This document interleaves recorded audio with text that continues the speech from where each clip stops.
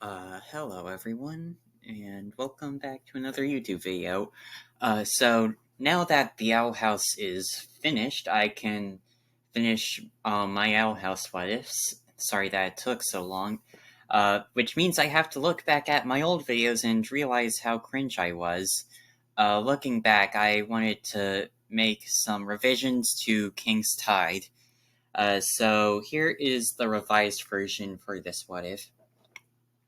When the Hex Squad, King, Lilith, and Rain are in the fight with Bellows, King would end up releasing the Collector to kill off Bellows once and for all. The Collector turns Bellows into goop and starts creating chaos like he does in the original timeline. Everyone uses the original portal door to escape, but it ends up being destroyed by the Collector's chaos. Anyways, before thanks to them, Lilith and Rain would get human jobs to help pay bills and feed the children, and as for King, he would play as a dog, so no one gets suspicious that they're from a realm of demons. But now on to the actual episode. When Amity finds the rebus, she, along with the others, would ask Lilith what it could mean, as I imagine her working at a library while at the human realm. So she would have lots of books to look up in when the kids ask her this question. She would tell the kids it was a rebus and would help them figure out that it was a map to Titan's blood and exactly where it is. Lilith would then get Rain to get the Titan blood before Bellows could, and then they would eventually figure out how to make a new permanent door.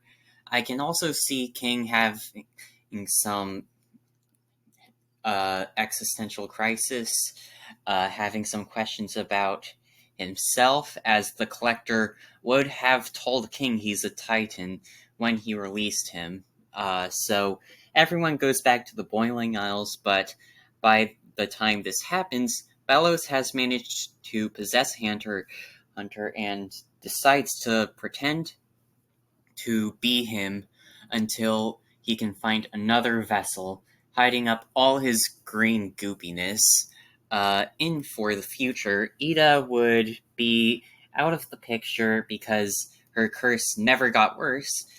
She wouldn't have turned into the Owl Beast by the time she got up to the Collector.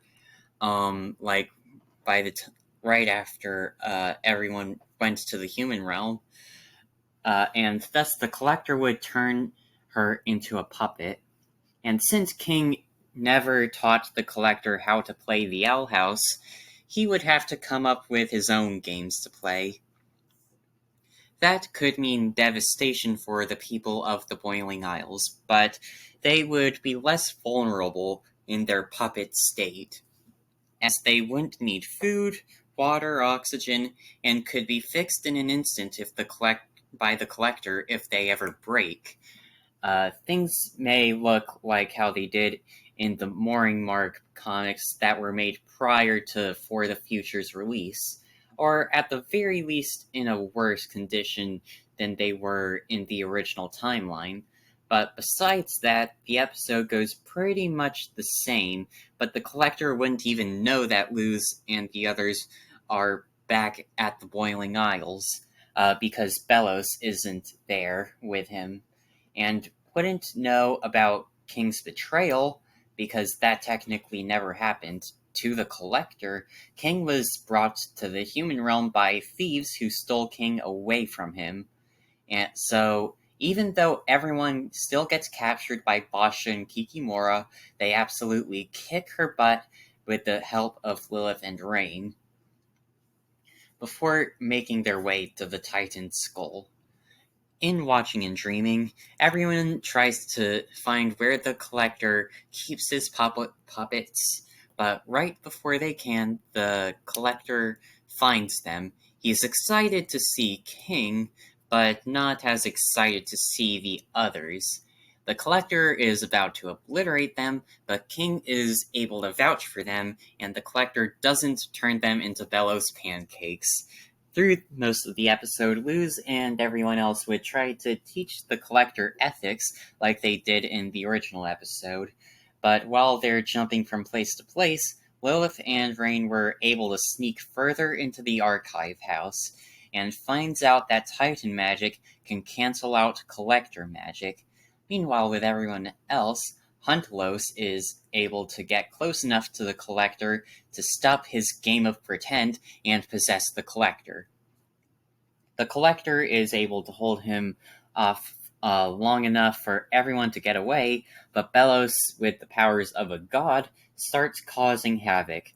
On the bright side, or should I say, blight side, Odalia may be so oblivious to what was happening that she gets killed on sight.